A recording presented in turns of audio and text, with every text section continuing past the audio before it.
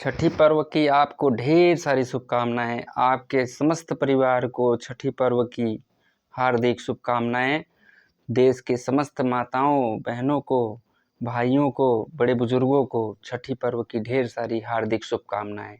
आपका पीयूष तिवारी मिर्ज़ापुर ज़िले से छठी पर्व के विषय में कुछ जानकारी प्रस्तुत करना चाहता हूं, जो कि काफ़ी विशेष जानकारी है, जिसे हम सभी जानते भी हैं।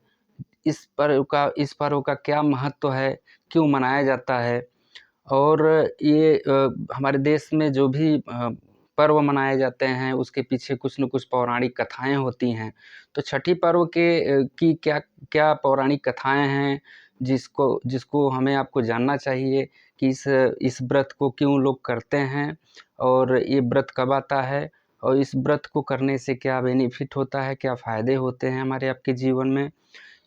तो यह पर्व विशेष तौर से दीपावली के 6 दिन बाद मनाया जाता है।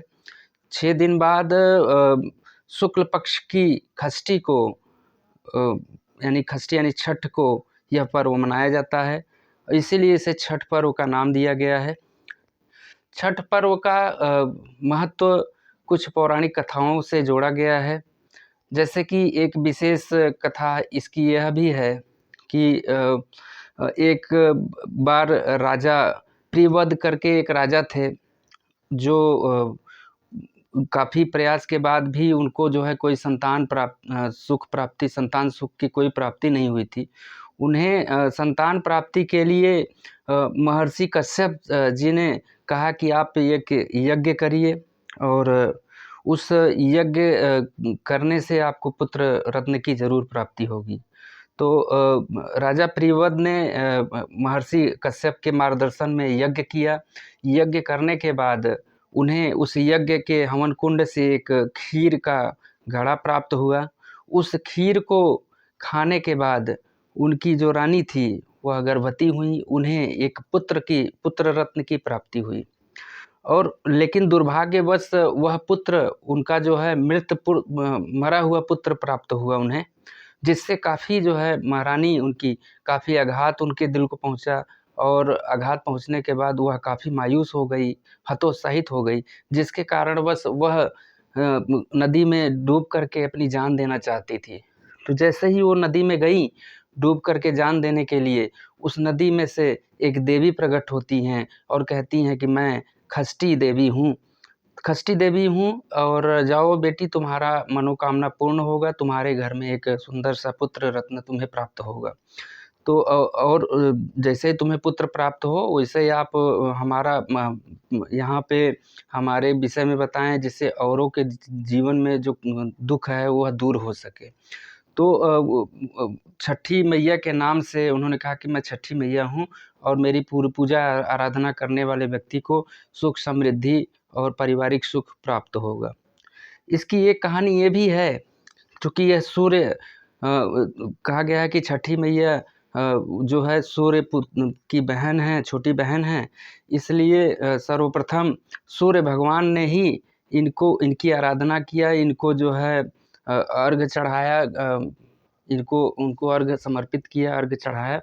इसलिए इन्हें जो है हमेशा जो 3 दिन 4 दिन का त्यौहार मनाया जाता है उसमें शाम के समय, सूर्यास्त के समय इन्हें अर्घ चढ़ाया जाता है।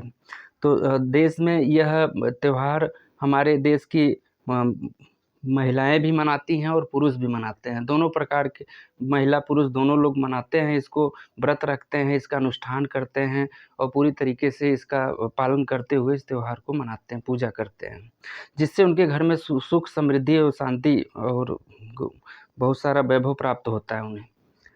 इसके साथ एक कहानी इसकी ये भी है कि सूर्यपुत्र कर्ण जो थे वह प्रतिदिन गंगा में खड़े होकर के घंटों तपस्या किया करते थे, और वहीं से वो अर्घ दिया करते थे षष्ठी मैया को, जिसके कारण उन्हें गौरव प्राप्त हुआ था, और जो भी उनकी वीरता थी, प्रताप था, वह षष्ठी मैया और सूर्य प्रताप के कारण ही था।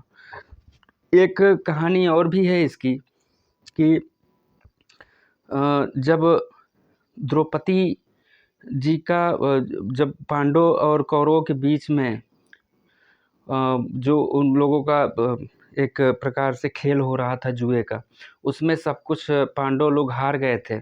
तो हारने के बाद इस व्रत को संकल्प लिया व्रत करने का, छठी व्रत का द्रौपदी जी ने व्रत का वो संकल्प लिया और उन्होंने संकल्प ले कर के इस व्रत को किया, जिसके कारण उनको जो है अपना राज्य प्राप्त हुआ और उन्होंने विजय प्राप्त किया। ऐसी बहुत सारी पौराणिक कथाएँ हैं जिसके कारण जिसकी वजह से, जिसको जान कर के, प्रेरणा ले कर के लोग व्रत रखते हैं और रखना भी चाहिए। आस्था का विषय है, सबकी अपनी-अपनी आस्था होती है और इसको करने से आपके इस व्रत का महत्व किसी से छुपा नहीं है और आपके घर में ढेर सारी खुशियाँ रहती हैं, आपका परिवार संपन्न रहता है। छठी मैया की कृपा आपके परिवार पर बनी रहे, आपके घर में सुख, समृद्धि, संपन्नता आए।